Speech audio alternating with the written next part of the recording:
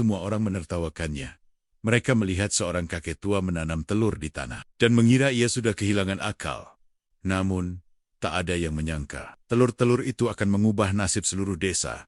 Apa yang dulu dianggap kegilaan, kini jadi inspirasi. Dan si kakek yang dulu dicemooh, kini dipuja bak ilmuwan besar. Ini bukan sekadar kisah pertanian ini, tentang melihat yang tak terlihat, dan mempercayai sesuatu sebelum orang lain mengerti. Sebelum mulai, jangan lupa like, subscribe, dan tuliskan solawat di kolom komentar, agar kita mendapatkan syafaat di yaumil akhir. Di sebuah desa kecil yang terletak di lereng pegunungan, hidup seorang kakek bernama Pak Raga. Ia bukan orang penting, bukan pula orang kaya. Namun, hampir semua orang di desa mengenalnya. Sosoknya kurus, rambut dan jenggotnya sudah memutih seluruhnya, dan langkahnya seringkali pelan seperti sedang menghitung detik. Meski begitu, ada sesuatu yang berbeda. Dari dirinya ia selalu punya ide-ide aneh yang membuat orang geleng-geleng kepala. Ada yang menyebutnya eksentrik, ada pula yang terang-terangan menyebutnya sedikit tidak waras. Namun, satu hal pasti, Pak Raga tidak pernah menyerah pada cemoohan. Suatu pagi yang cerah, ketika kabut baru saja naik dari perbukitan dan embun masih menempel di daun-daun, penduduk desa dikejutkan oleh pemandangan yang tak biasa. Pak Raga terlihat berjalan menuju ladangnya. Bukan membawa cangkul atau bibit seperti biasanya, tapi sekeranjang telur ayam kampung. Telur-telur itu tampak masih segar. Beberapa bahkan masih hangat karena baru diambil dari kandang. Orang-orang yang melihatnya awalnya hanya bertanya-tanya, mungkin ia akan membuat sarapan di ladang, pikir mereka. Namun rasa penasaran berubah menjadi keterkejutan saat mereka menyaksikan apa yang dilakukan Pak Raga. Dengan tenang, ia mulai membuat lubang kecil di tanah dan menanam telur-telur itu satu persatu. Telur itu tidak dipecahkan, tidak dibalut, hanya diletakkan begitu saja di dalam tanah dan ditimbun. Seperti orang menanam kentang. Tapi kali ini bukan kentang, melainkan telur. Beberapa warga yang melihat langsung terbelalak. Tak butuh waktu. Lama sebelum salah satu pemuda desa, Randy, mulai tertawa terbahak-bahak sambil menunjuk-nunjuk. Lihat, kakek itu benar-benar sudah hilang akal. Dia pikir telur bisa tumbuh jadi ayam dari tanah. Ya, ejekannya menggema. Dan beberapa warga lainnya mulai ikut tertawa. Anak-anak pun dibuat bingung, lalu meniru tawa orang dewasa tanpa tahu apa yang sebenarnya lucu.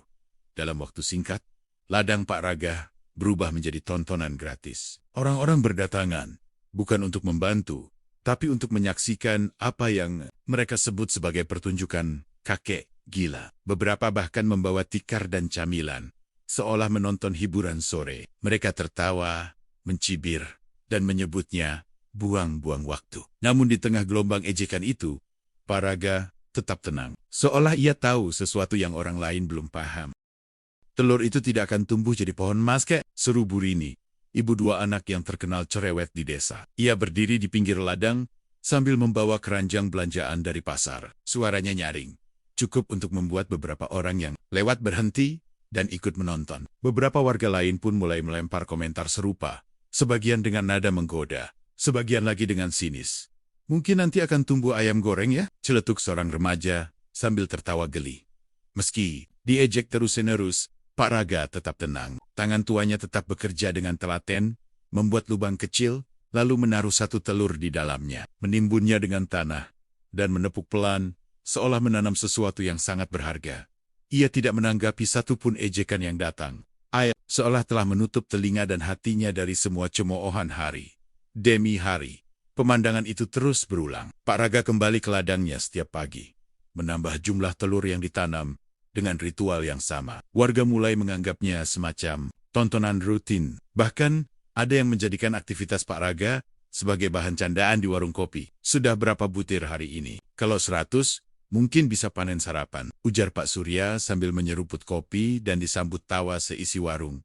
Di tengah keramaian itu, datanglah Pak Lurah, kepala desa yang dikenal bijak dan sopan. Ia melihat kerumunan warga di sekitar ladang dan memutuskan untuk menghampiri. Begitu melihat apa yang sedang dilakukan Pak Raga, ia mengerutkan dahi. Pak Raga, ucapnya lembut, bolehkah saya bertanya, apa yang sedang Bapak usahakan? Bukankah telur lebih baik dimakan, bukan ditanam? Pak Raga berdiri perlahan, menepuk-nepuk tangannya yang kotor oleh tanah, lalu menatap Pak Lurah dengan sorot mata yang dalam, namun damai.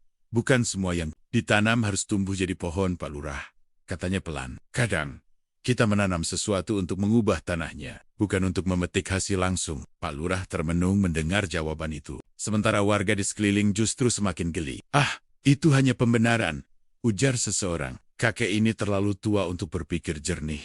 Ejekan demi ejekan terus mengalir. Namun yang tidak mereka tahu, benih perubahan sudah mulai bekerja diam-diam dalam sunyi tanah.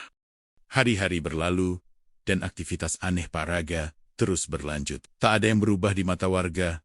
Kakek tua itu tetap datang pagi-pagi buta ke ladangnya, membawa sekeranjang telur, menanamnya satu persatu ke dalam tanah dengan hati-hati, lalu menyiram tanahnya dengan air dari kendi tua. Meski bagi orang lain itu tampak seperti buang-buang waktu bagi Pak Raga, setiap gerakan adalah doa. Doa yang ia titipkan kepada tanah dan alam yang telah menemaninya seumur hidup. Ladang itu pun tak menunjukkan perubahan berarti.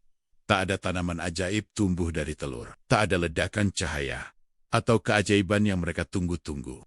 Semakin keraslah tawa warga. Sudah 2 bulan, kek? Ayamnya mana? Teriak salah satu bocah sambil tertawa dan berlari. Warga mulai bertaruh soal kapan Pak Raga akan menyerah dan berhenti. Tapi ia tetap datang, tanpa pernah absen. Walau hujan, walau panas. Ia terus menanam dan menyiram, dengan langkah yang lambat. Tapi pasti. Namun, sesuatu yang tak terlihat mulai terjadi.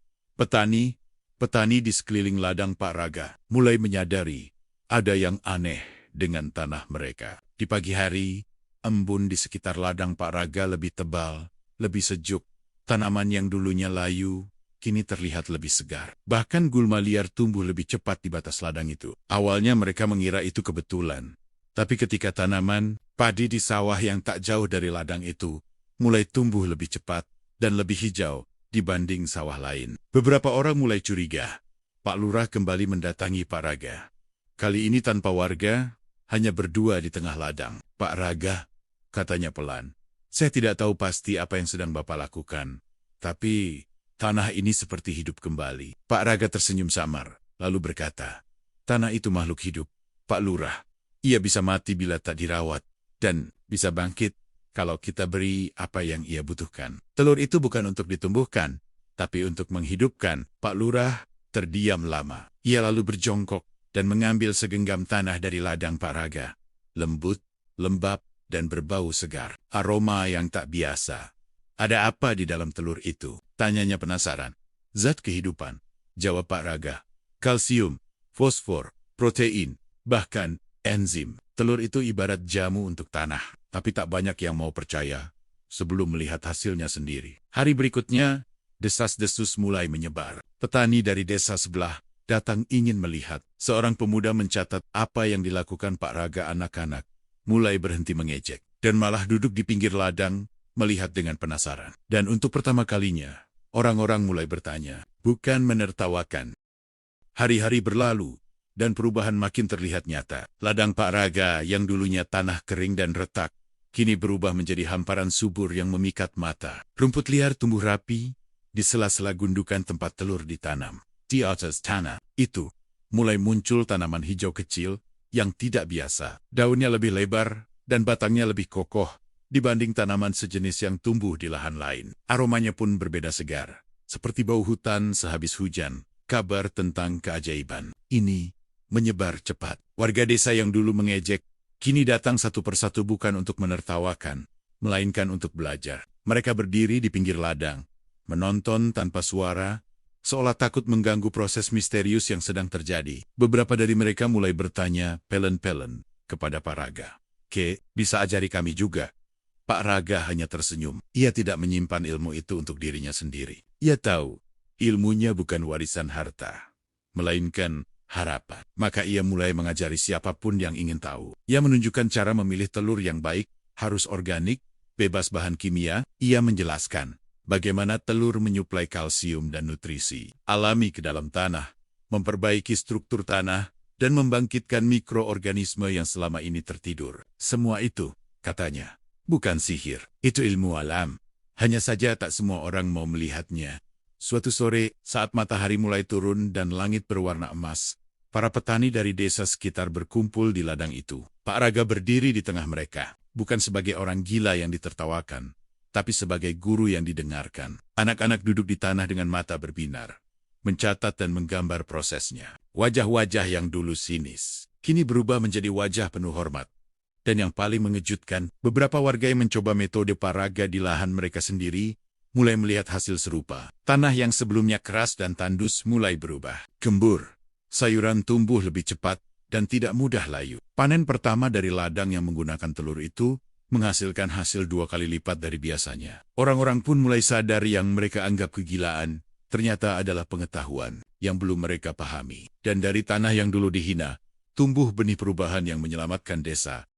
Panen demi panen mulai membuktikan bahwa metode Pak Raga bukan hanya sekadar eksperimen aneh, tapi benar-benar membawa hasil. Sayur-sayuran tumbuh lebih besar, lebih segar, dan tahan lama. Beberapa pembeli dari pasar kota bahkan mulai tertarik untuk membeli hasil tani dari desa itu karena kualitasnya yang lebih baik dibanding biasanya. Desa yang dulu dikenal biasa saja, kini mulai menarik perhatian di balai desa. Para petani berkumpul dan berdiskusi. Pak Lurah, yang semula hanya mengamati dari jauh, kini memberikan dukungan penuh. Ia mengusulkan agar metode telur tanah yang diajarkan Pak Raga dimasukkan ke dalam program pelatihan pertanian lokal. Bahkan, seorang dosen dari Universitas Pertanian di kota datang berkunjung dan mengajak Pak Raga berdiskusi. Mereka duduk bersila di saung bambu, di tengah ladang, membicarakan mikroba tanah, fermentasi alami, dan kandungan nutrisi dalam cangkang telur. Pak Raga hanya tersenyum kecil. Ia tidak pernah bermimpi akan duduk berbincang dengan dosen atau pejabat. Ia hanya melakukan apa yang menurutnya benar. Namun dalam hatinya, ia tahu ini bukan tentang telur atau tentang ladangnya. Ini tentang kesabaran, tentang keyakinan untuk terus berbuat baik meski dicemooh. Tentang menanam bukan hanya benih di tanah, tapi juga benih pemahaman di hati manusia. Di malam hari, desa menjadi lebih hidup. Anak-anak mulai membuat jurnal pertanian kecil, ibu-ibu berbagi resep makanan dari hasil panen mereka yang baru. Para pemuda membuat kanal YouTube sederhana untuk mendokumentasikan cara menanam ala Pak Raga. Tidak ada lagi tawa mengejek yang ada hanyalah rasa bangga dan rasa ingin belajar. Di sebuah sore yang tenang, saat angin berhembus pelan dan matahari menggantung rendah di ufuk barat, Pak Raga berdiri di ladangnya. Ia menatap hamparan hijau yang dulu hanya tanah kosong penuh ejekan. Kini, dari tempat itu, lahir sebuah harapan. Warga yang dulu tertawa kini justru memujinya. Menyebutnya kakek bijak, guru tanah, bahkan pahlawan desa. Tapi, bagi Pak Raga, semua itu tak penting. Yang penting adalah tanah kembali hidup. Dan ia tahu, seperti telur yang tampak rapuh di luar, tapi penuh potensi di dalam setiap manusia. Setiap gagasan punya waktunya sendiri untuk menetas, dan ia hanya menunggu dengan sabar. Semoga kisah ini bisa menjadi pelajaran. Terima kasih telah menyimak ceritanya sampai akhir. Wassalamualaikum warahmatullahi wabarakatuh.